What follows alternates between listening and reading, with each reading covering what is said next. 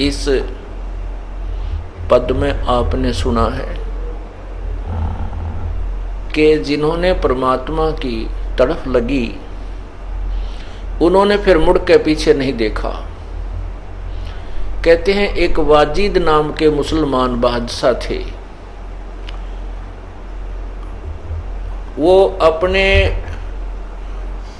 अपने राजधानी से दूसरे शहर को जा रहे थे, अपने ही राज्य में।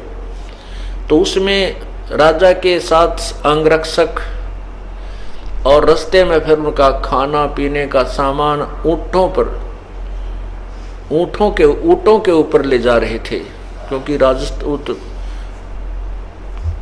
मरुस्थल क्षेत्र के अंदर से ज्यादातर उसमें जो यातायात के साधन ऊंट ही होते थे। लंबा काफिला जा रहा था। आगे से एक भीड़ी तंग रास्ते से गुजर रहे थे।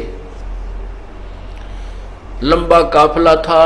राजा के आगे भी सैकड़ों की संख्या में सैनिक और ऊंटों पर सवार चल रहे थे, पीछे भी चल रहे थे। बीच में राजा की सवारी ऊंट पर थी।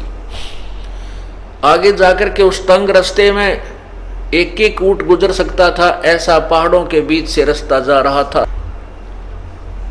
उसी तंग रास्ते के अंदर एक ऊंट की मृत्यु होगी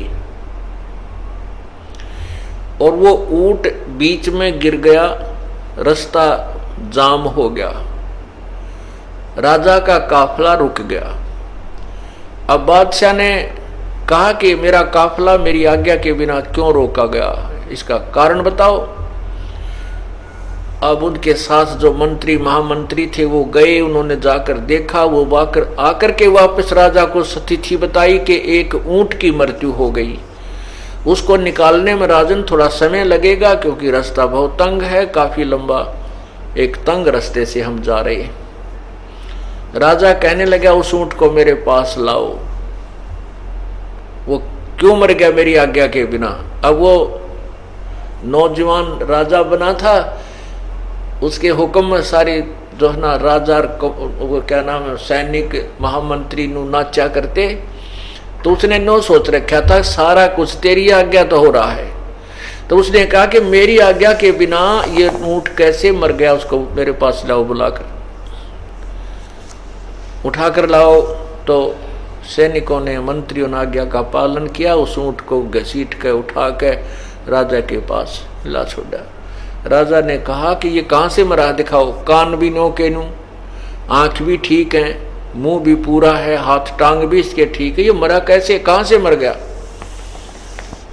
तब उनको समझाया विद्वान पुरुषों ने कि राजन जब तक इस प्राणी के श्वास हैं तभी तक ये शरीर में रहता है, चाहे राजा है, चाहे रंक है, मनुष्य या कोई अन्य पशु पक्षी है। इसके श्वास इतने ही थे, इसका जीवन इतना ही था ऊंट का, अब आगे इसका जीवन नहीं था, परमात्मा ने इसके प्राण ले लिए। तो वाजिद ने कहा कि क्या हम भी मरेंगे? कहा जी ये तो हम भी मर जाएंगे, ऐसे ही कभी मर जाएंगे, कहा कभी भी मर सकते हैं, वो तो प्रभु की अल्लाह की रजा के ऊपर कभी भी उठा सकता है। तो बहुत एकदम उसको धक्का सा लगा। फिर यो क्या कहा जीवन भाई, आज मेरे ठाठ हैं और मैं अभी मर जाऊं तो मेरा क्या क्या है यहाँ पर। कहते हैं एक के चोट से धारिया जिन मिलन दाचा। उसी समय वापस आ गया कि चलो वापस, सारे काफिले को वापस लेके घर आ गया और अपनी पत्नियों से कह दिया कि अब हम चले यहां से। अब वो कहने लगा कि हम चले यहां से, सारी बांध सभी रानियां सब रोने लगी, बुरी तरह हाकार मच गया, हमारा क्या होगा, हमारा क्या होगा, कि कुछ भी हो, अब ये अब नहीं रुकेगा यहाँ पर, मैं जन्म और मृत्यु से पीछा छुटवाऊंगा। बुरी तरह रो रहा सारा परिवार और त्याग कर चल पड़ता है। अब आपने सुना बाजिद कहे उठाओ ऊंट को, लोग कहें ये मुआ, ये मर चुका है। उठन वाली चीज रही नहीं, गया उड़ सलानी सुआ। जो जीवात्मा इसके अंदर थी वो उड़ गया, उसमें थी वो उड़ गया, जो इसको चलाए फिर रही थी वो नहीं रही। अब कहते हैं कुछ नक्शक बिगड़ा है नहीं, वाजिद को अचरज हुआ। जिन करया अचंबा गोर है, तजा राज काल से डर के, तजा राज काल से डर के, तजा राज काल से डर के। अब पुण्यात्माओं, अब यहीं पर एक तत्व ज्ञान की थोड़ी सी झलक देते हैं आपको, क्योंकि आत्मा जब से उस परम पिता से बिछड़ी है तभी से उसकी खोज में या खूब प्रयत्न से लग कर रही है और बड़ी कुर्बानियां कर चुकी है, परंतु ये काल भगवान इसको उल्टे रास्ते पर चलती कर देता है। ये कितने धक्के खा ले, मोक्ष नहीं हो सकता। अब शेख ये वाजिद बादशाह ने घर भी त्याग दिया, बालक भी छोड़ दिए, रानी भी त्याग दी। अब क्या किया कि जंगल में जाकर के बैठ गया। अब जंगल में जाकर बैठ गया तो भूख भी लगे, गर्मी भी सतावे और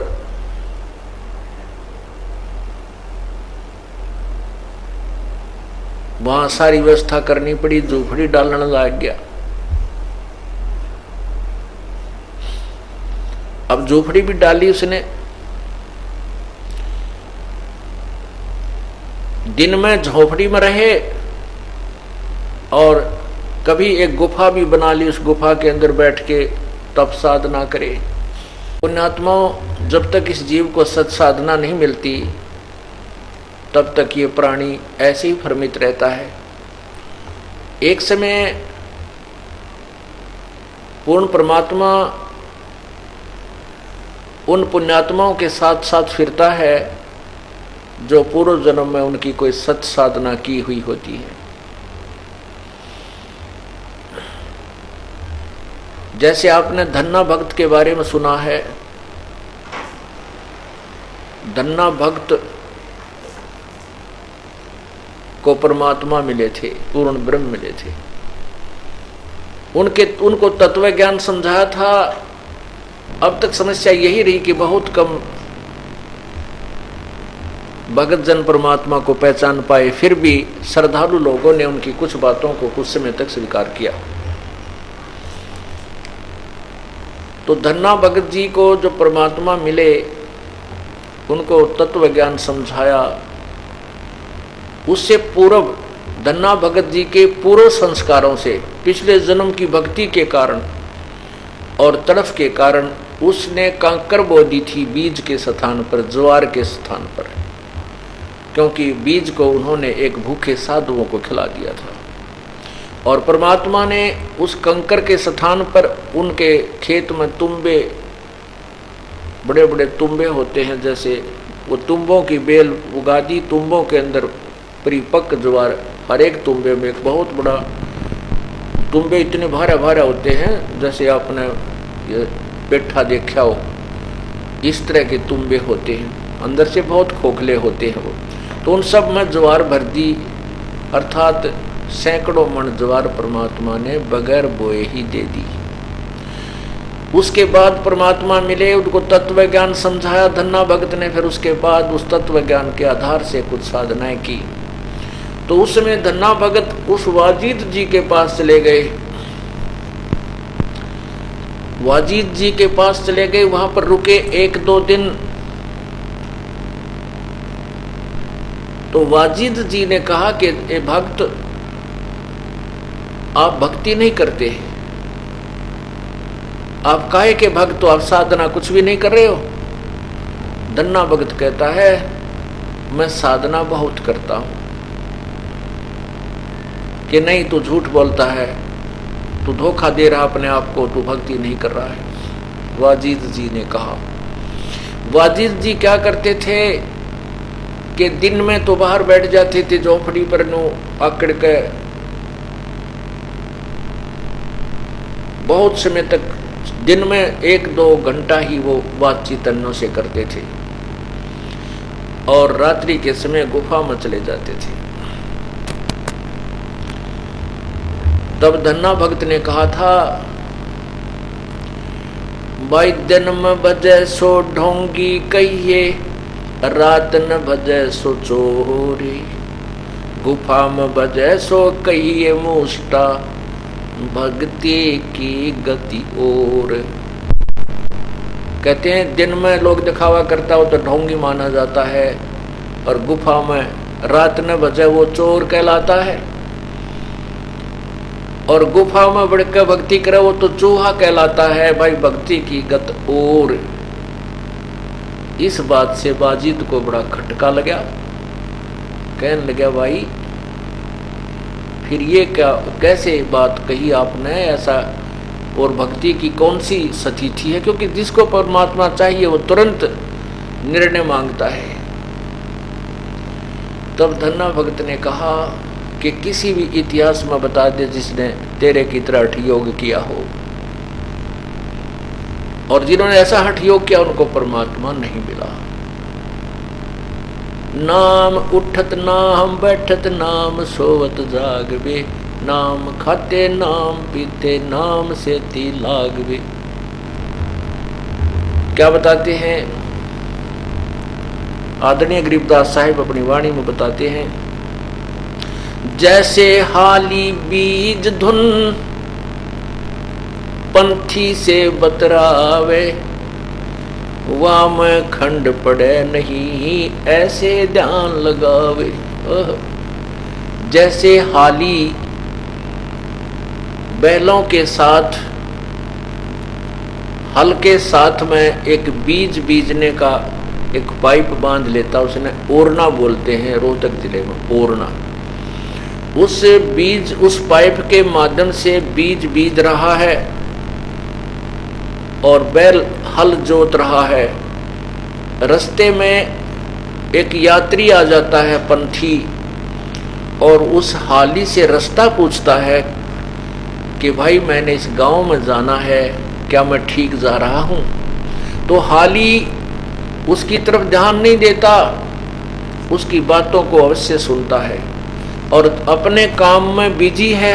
बीज भी छोड़ता जा रहा है, हल भी जोत रहा है, और चलता चलता उस यात्री को भी कह रहा है भाई सीधा चला जा, रास्ता तेरा ठीक है, आगे बाएं मुड़ जाना और फिर सीधा निकल जाना। कहते जैसे हाड़ी बीज धुन, उसका विशेष ध्यान तो हाथ पे है जो बीज छोड़ रहा है, और पंथी से बतलावे, वाम खंड पड़े नहीं ही ऐसे ध्यान लगावे। ऐसे स्मरण होता है, ऐसे वो सहज समाधि होती है, ऐसे ढोंग ऐसे हठ योग को प्रत्येक शास्त्र में मना किया। तो इस बात की खटक वाजिद जी का लगी कि भैया बात तो आज नहीं सुनी मैंने। तब उसने कहा कि भक्त मुझे कोई रास्ता बता फिर। तब धन्ना जी ने कहा कि मैं अपने गुरुदेव से आपको मिलाऊंगा, आप उनसे सत्संग सुनो, विचार सुनो और उपदेश लीजिए। तब धन्ना जी ने परमात्मा से मिलाया, यानी वो पूर्ण परमात्मा ना जाने कितनी बार प्रकट होते हैं, लेकिन तब उन्होंने इस तत्व ज्ञान को नहीं और सार नाम को नहीं उजागर किया, लेकिन उन पुण्यात्माओं को ऐसी भक्ति दे दी ताकि उनको मनुष्य जन्म बहुत मिलते रहे, और उन्हीं मनुष्य जन्मों में परमात्मा आके संभाल लेते हैं। तब बाजिद जी ने वो जो हठ योग था वो छोड़ा और सत साधना जो भी गुरुदेव ने उस साधना बताई वैसे शुरू की। उसके बाद फिर बाजिद जी का फिर मनुष्य जन्म हुआ। कबीर परमेश्वर जब 600 साल यहाँ पहले 120 वर्ष रह के गए, तब फिर वही आत्मा उनसे मिली, उनका जन्म हुआ दोबारा। फिर कबीर परमेश्वर की शरण में आए और तब बाजिद जी वाली आत्मा का यानी कल्याण हुआ। पुण्यात्माओं, परमात्मा की भक्ति के लिए तड़फ तो प्रत्येक आत्मा की है, क्योंकि जब से उससे बिछड़ी है। लेकिन जब तक हमारी वे ऑफ वर्शिप, पूजा की विधि शास्त्र अनुसार नहीं होगी, तत्व ज्ञान के आधार से नहीं होगी, तब तक हम कितनी ही साधना करें और कितनी ही मेहनत करें, वो विफल हो जाती है। आपने ये तत्व ज्ञान जो सुनने को मिला है, आपके बहुत जन्म जन्मांतर के अत्यधिक पुण्य आपके साथ है। आपने अभी सुना एक